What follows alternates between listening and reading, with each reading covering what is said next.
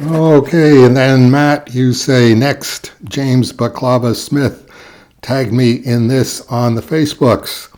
And just while I'm speaking here, James, I hope there's a new Cactus comic book on the way, or virtual anything that you want to do. Very very fond of your style and your approach to comics. Um, Particularly as you've gotten better and better and better. So, yeah, looking forward to Papa Balloon and Cactus whenever it gets here. So this is from the Comics Journal, and it's I don't see the date on the page, but it's Blondie artist dies. Jim Raymond, a longtime artist on the Blondie newspaper strip, died Tuesday, October 14th, 1981, after a long illness. He was living in Boynton Beach, Florida at the time. Raymond was the brother of Flash Gordon artist Alex Raymond and was born in 1917. He began assisting Chic Young. I hope I'm pronouncing that correctly. For years, and pretty much anybody I've talked to about Blondie, they say Chick Young, but I think it's supposed to be Chic. If it was Chick Young, it would have a K on the end. Chic Young on Blondie in 1935 drew a full year of the strip in 1937 and drew all the Sunday pages thereafter until 1950, when he took on the full artistic workload for the strip, in effect ghosting for Chic Young, who died in 1973. Scripts were contributed by Young's son, Dean Young. Poor health forced Raymond to retire from drawing recently, and his assistant, Michael Gersher, who had worked with him since the early 1960s, replaced him. And James notes, weird that Jim Raymond did Blondie and Stan Drake ended up drawing it too. Yeah, it's even weirder than that because Alex Raymond actually worked on Blondie. That was the sequence was Alex Raymond's first job as an assistant was with Russ Westover on Tilly the Toiler, and from that point he was working as an assistant on Tilly the Toiler, I understand, and then got a job in the bullpen at King Feature Syndicate, basically doing artist touch-ups and all that kind of stuff, as well as assisting Russ Westover. From there, he started assisting both Young brothers. Chic Young did Blondie, and his older brother, Lyman Young, did Tim Tyler's Luck. So Alex Raymond was ghosting, not ghosting, but assisting on Tim Tyler's Luck and Blondie's, sort of alternating between the two. Both Chic Young and Lyman Young tended to employ assistants on an availability basis and on a need basis. If they were falling behind on their deadlines, then they would get an assistant, or they would get a couple of assistants. They had, an assistant who did lettering, that kind of thing. So if you look at Blondie from 1931, which is the second year of the strip, Blondie, Alex Raymond was assisting on Blondie. He wasn't drawing Blondie, and I don't think he was drawing Dagwood, but he was drawing background characters, which got into the very interesting situation with Chic Young, that his background artist, his background characters artist, was becoming obviously better at at drawing the style than Sheik Young was, which I think contributed to Sheik Young's decision to hang it up in 1950, because the people that he had working on the strip were better at doing the strip than he was, and obviously it was he didn't have the talent that these guys did, and it's a very laborious situation producing a comic strip. So I'm pretty sure at some point he went. Blondie is the most successful newspaper strip of all time. It was the first one to break the 2,000 newspaper threshold, which if you calculate even $100 a week for the average strip, that was a lot of money back in 1930s, 1940s. And I think he just went, what am I doing? I would rather just not work and have other people do my work for me and make the lion's share of the money. That's just a difference in personality. Alex Raymond ended up being the opposite end of the spectrum, where it was, no, it's my strip. Obviously, I could hire guys to do my style. Towards the end, towards 1956, the end of 1956, before the car accident, I think he was training Ray Burns to actually assist on Rip Kirby, but that was just because he was slowing down and was about to miss his deadlines, so something's got to give. But as long as he was capable of drawing the strip, he wanted to do everything in the strip.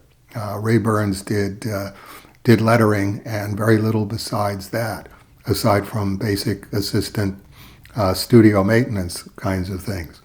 So it's interesting. And then, as I say, Alex Raymond started assisting Lyman Young on Tim Tyler's luck.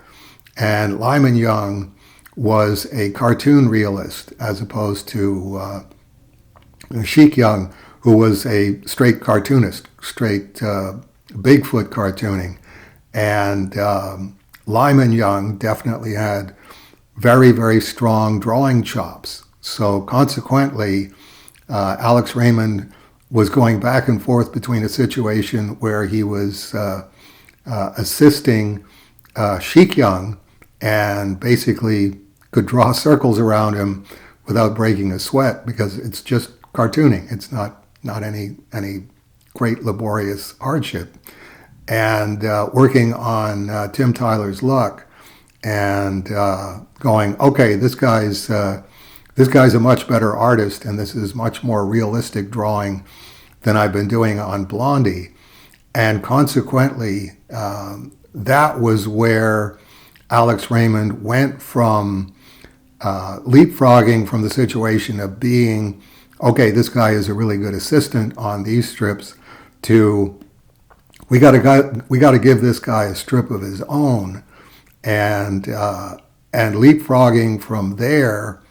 I would say, having looked at examples of Tim Tyler's luck from 1932, 1933, where the stories were being set in Africa, and consequently there was a need to draw a lot of black people in Tim Tyler's luck. Alex Raymond wasn't drawing Tim Tyler or Spud or the main characters, but he was drawing the black Africans, and not wanting to do racial caricatures of black people, he had to learn how to draw black people. And consequently, that took him to a microcosmic new reality of drawing that he had never been aware of. Exactly how far into the page you have to go, and how fine a pen line and how fine a pencil line you have to do in order to get black features accurate. Obviously, he was looking at National Geographic or whatever reference that he had for Africa and going, okay, how do you distill this down to a cartoon realism style? And that caused his abilities to leapfrog exponentially, so that at that point it was, not only do we want this guy to have his own strip, but we want him to have like a major strip. We're going to initiate the King Features version of Buck Rogers, whatever that's going to be called, and we want Alex Raymond to do it because he'll be able to draw rings around Ray Calkins, who was the longtime Buck Rogers artist and creator. So yeah, and it's also interesting in a metaphysical sense that Alex Raymond starts with Tilly the Toiler, and then goes on to Blondie in its first year or second year of publication, of syndication. And Stan Drake basically got demoted to Blondie. In terms of Blondie certainly wasn't the artistic achievement that Art of Juliet Jones was, but it still had 2,000 newspapers, so it was worth doing from that sense. But it was, I'm Stan Drake. I have an ability to draw comics at this level. Do I have to do Blondie in order to make enough money to, and here's where the key element comes in order to pay my alimony, because he was paying 2 sets of alimony already and soon 3 sets of alimony. And it's like, yeah, this is a metaphysical character issue. You've lived your life the wrong way, and now instead of going out on a high note with Art of Juliet Jones or Kelly Green, you're going to be doing a cartoon strip. And, sorry, you made the wrong choices.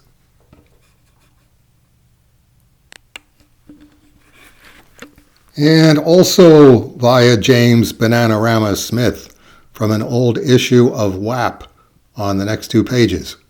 My question is, did you? Okay, I'll read the thing. This was an article by John Ostrander, "The Secret Wars of Buddy Saunders," and he specifically wrote this and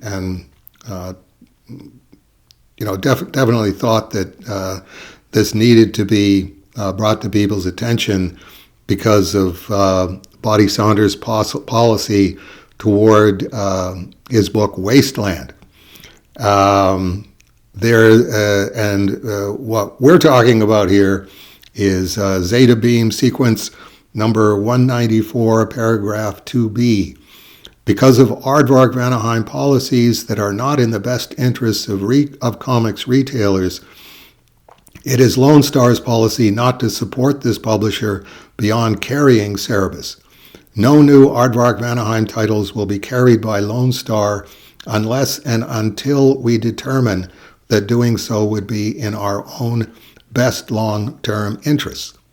Although we will continue to carry Cerebus so long as our distributor does, an agreement apparently has been reached between Aardvark and Diamond that resulted in Diamond deciding to continue offering Cerebus. That was never in question. The question came down to whether Puma Blues was going to be offered.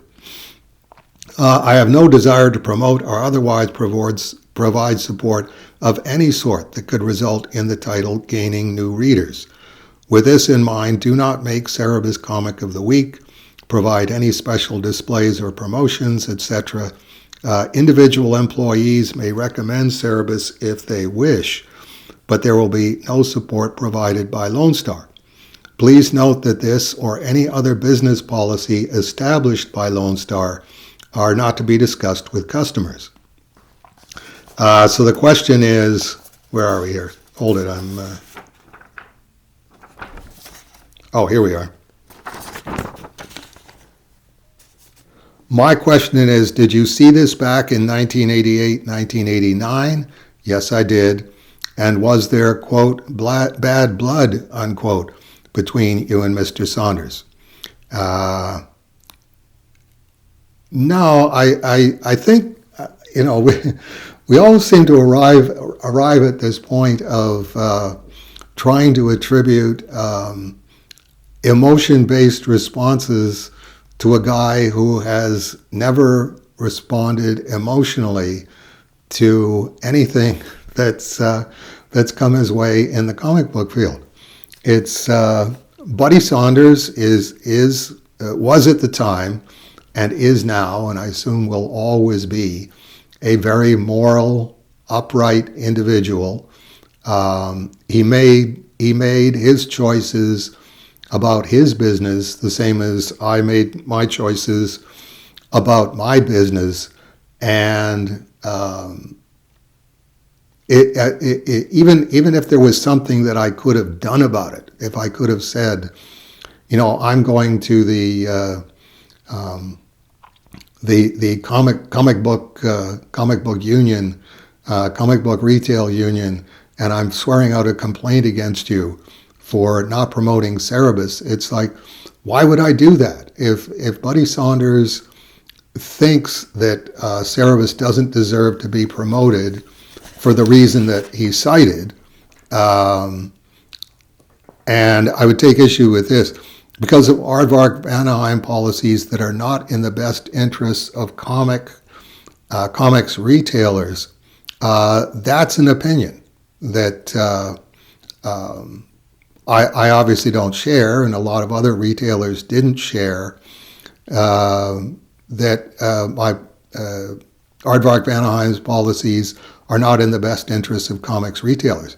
But it was definitely Buddy Saunders' opinion. Dave Sim shouldn't be not selling High Society and the trade paperback to not selling to retailers and selling directly to customers, because that's not in the best interests of comics retailers. If that's his opinion, that issues from he and I both looking at the same chessboard and him saying, okay, this is my next move, and me going, oh, okay, I don't really have a move after that, but, duly noted. It's, no, there has never been between me and any retailer bad blood. It's, I'm running a business, they're running a business, everybody makes their decisions about their business to the extent that this is, I think, what is in the best interests of my business. I think it was speculative on Buddy Saunders' part to say this is in the best interests of comics retailers everywhere. Some comics retailers are going to agree with him, and some comics retailers are going to go, no, I don't see that. But that's how that's always going to go. You have to allow people individual choice, particularly business people, in how they conduct their business. If they make a decision that's going to hurt their business, which I think in this case probably did, that's an opinion as well. If Buddy Saunders takes a hit in Lone Star's business by what he's decided, and if as an example he ran into trouble with getting people to work in his stores, because it's like, no, I'd like to work in a comic book store and I would like to recommend stuff, but I want to recommend the best comic books. I don't want to get bogged down in the business side of it. Well, that's their decision. Other people are going to go, no, I want to work in a comic book store, and if I'm working at Lone Star, This is the policies of Lone Star as an employer. If I don't like them, go work in another comic book store. And if I don't like them, and maybe I can discuss it with Buddy, and we can find a compromise that doesn't limit my abilities to promote Cerebus. You have to focus on individual employees may recommend Cerebus if they wish. Okay, there was no compelling reason that he would have to say that. If he wants to be someone who says, if you're my employee, you follow my policies, and my policy is not to promote Cerebus, so don't even mention it to the customers. We will carry it, but here's the guardrails on that one. Well, he didn't do that. These are all individual choices, and they all need to be, in my opinion, fully protected choices where you can go along with this or you can rebel against this, but don't try and change someone by force or leverage would be, I think the lesson that I took out of this, and that's a generally good rule.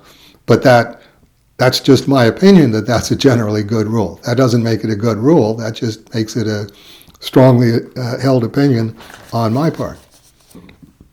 I seem to recall that Seiler was a frequent shopper at Lone Star back when he was in Texas. Anyway, I hadn't seen these before.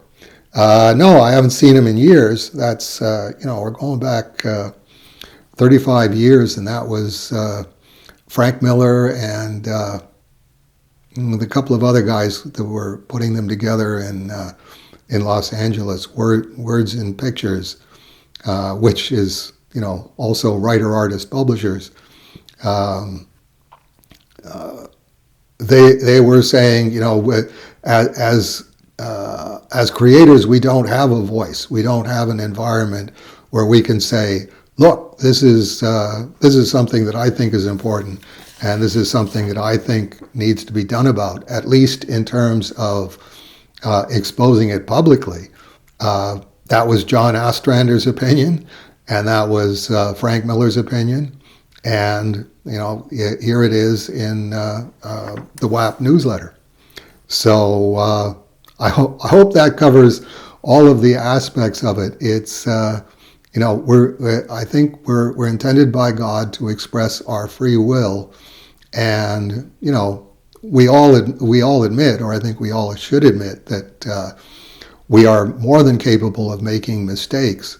But the idea is, the General Douglas MacArthur thing, to do my duty as God gave me the light to see that duty.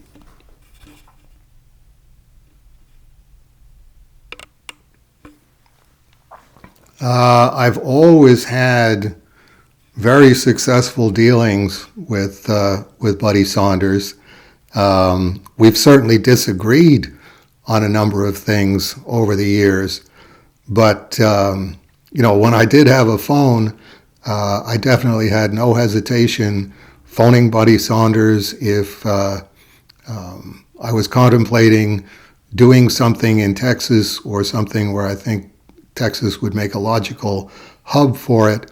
I would always get an open and fair hearing from Buddy Saunders, and that's right up to the present. If you look on the back of the Vark DeLorean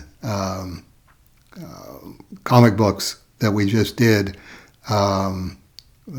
My Comic Shop, which is the digital form of Lone Star, is definitely carrying the books, and took 40 of the Vark DeLorean cover and 20 of the Lone Vark and Cub, and I assume that's going to be an ongoing thing.